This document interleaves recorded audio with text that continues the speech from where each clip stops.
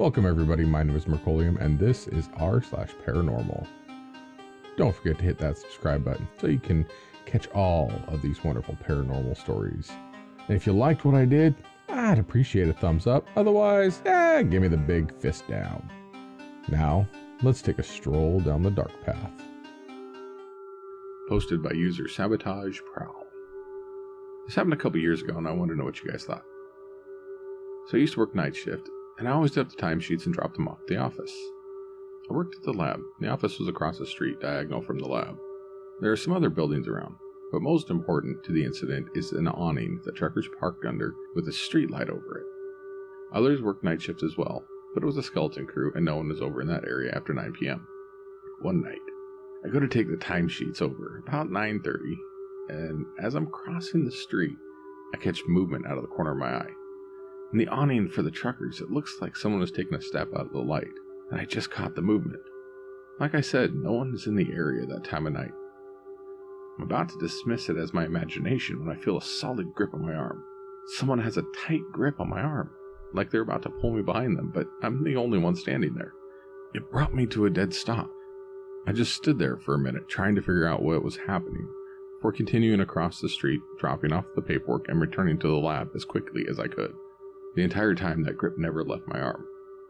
The touch didn't scare me, as I've had a couple of other incidents that have led me to believe that I have a guardian angel or the like, but I've never stopped wondering what the hell I almost saw.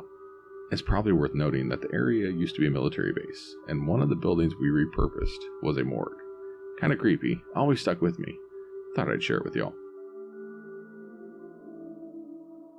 Posted by user AcheronAlex. The Old Man in the Forest. This happened a long time ago. I was 12 in my grandparents' village. We had a cow and an ox. Usually the son of the bull, usually just one, took all the cattle to graze, and at night he would take them back. Cows know where to go when they're going home. My grandpa had a male ox, and since my father was an adult and he wasn't there, I took the responsibility.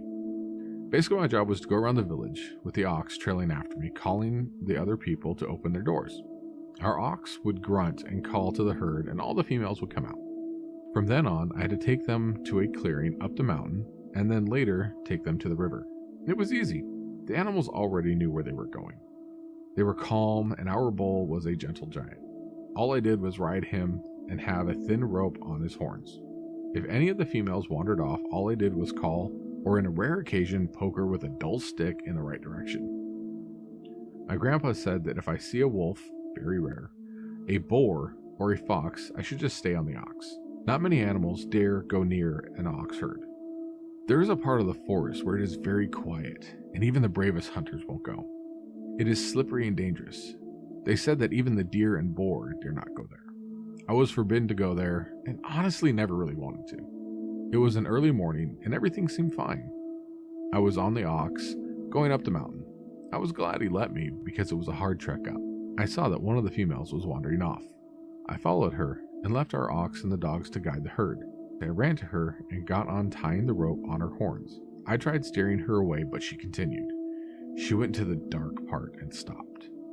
I didn't want to get off in case she ran back and left me there. Then I heard a crunch and turned.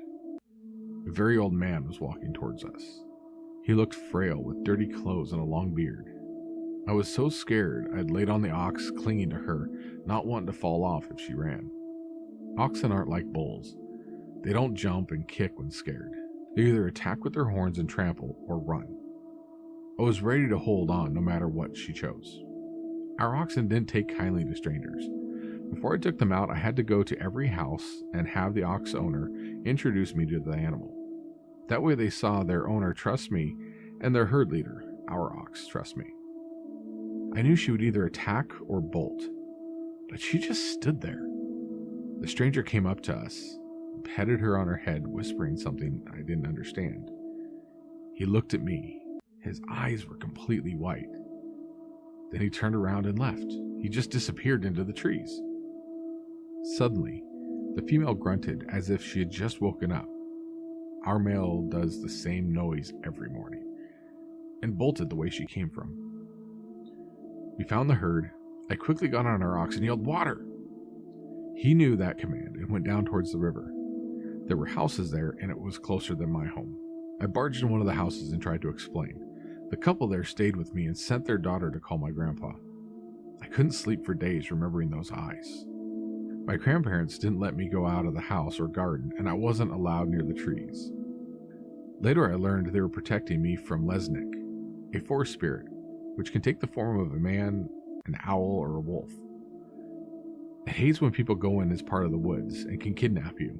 I later learned that the ox which took me there had fallen ill and died. It sometimes stays in the trees as an owl looking for the offender. For years, when I went to my grandparents, they wouldn't let me be alone, not just outside, but inside too. I am never going in those woods again.